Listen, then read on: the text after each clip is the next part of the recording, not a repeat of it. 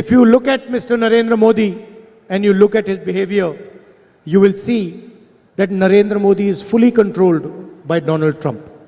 இங்கே நடக்கின்ற பாஜக அரசையும் நம்முடைய பிரதமரையும் உற்று பார்த்தால் உங்களுக்கு ஒன்று புரியும். நம்முடைய பிரதமர் நரேந்திர மோடியை அமெரிக்க டொனால்ட் ட்ரம்ப் அவர்கள் கண்ட்ரோல் செய்கிறார் என்று உங்களுக்கு தெரியும். He's signed the US-India deal, which essentially sold Indian agriculture, Indian industry, Indian data and Indian energy security.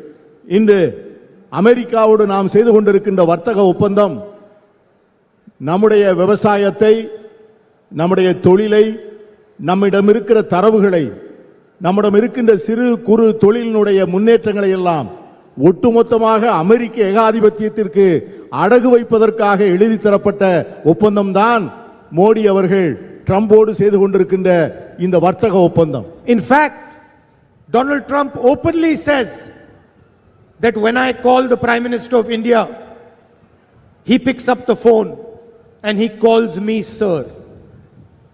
Trump அமெரிக்க குடியரசுத் தலைவராக இருக்கிற ட்ரம்ப் பகிரங்கமாக சொல்லுகிறார், நான் எப்பொழுதெல்லாம் தொலைபேசி எடுத்து மோடியை அழைக்கிறேனோ அப்பொழுதெல்லாம் மோடி உடனே எழுந்து நின்று சார் என்று பணிவோடு என்னிடம் பேசுகிறார்.